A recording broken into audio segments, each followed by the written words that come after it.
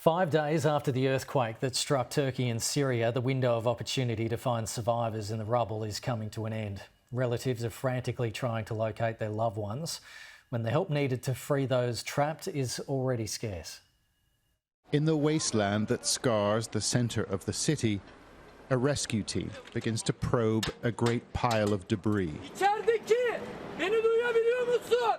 Their scoop is effective. No one's checked this place before. But there's too much to do in Kahramanmaraş. If you hear me, tap on the wall. No, no one.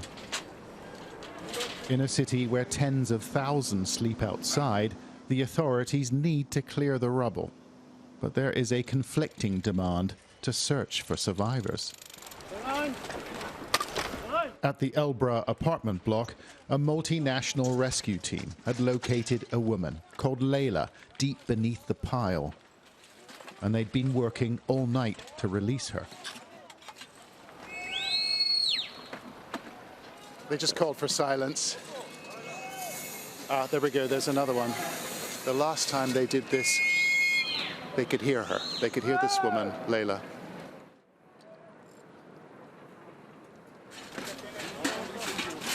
Okay, they've been told to go back to work, and they do seem to be picking up the pace now. They had little choice. The temperature was dropping. An Italian volunteer told us they were running out of time.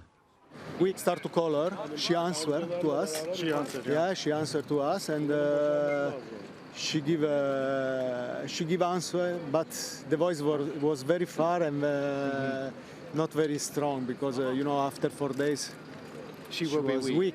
Yeah. Very weak. But word had spread about another emergency. Just around the corner, a man had been located in the remains of an 11-story block. And we found a small group standing under the teeth of a digger's bucket. The driver heard a sound in the rubble and decided to stop his machine.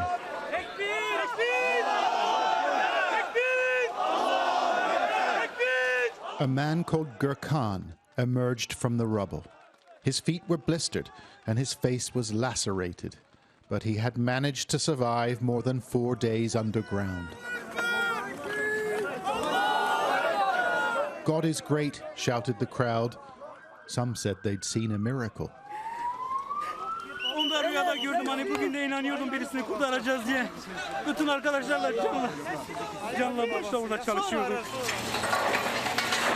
The diggers returned to their concrete heaps, while the rescue team at the Elbra block looked for Leyla.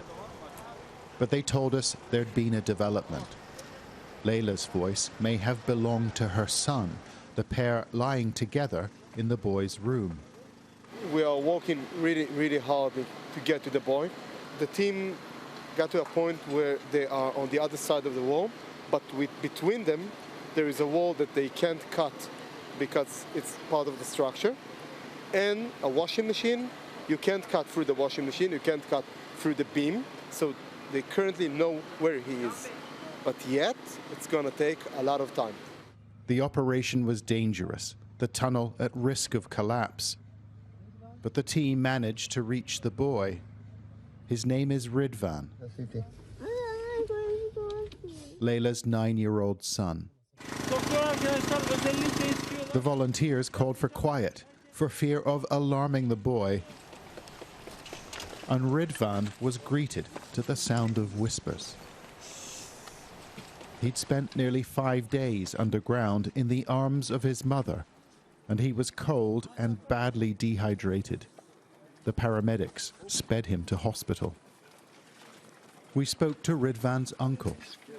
Annesini bekliyoruz. Şimdi onu almadan biz şu anda rahat edemiyoruz. Anlatabiliyor muyum? Şimdi konuşmak çok sevinemiyorum ben. Onu da alırsak o zaman mutlu olacağız inşallah. Tamam?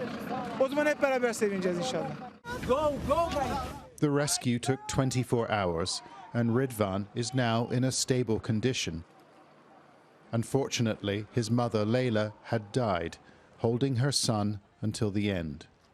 A national catastrophe and a family's tragedy in a city marked by sorrow.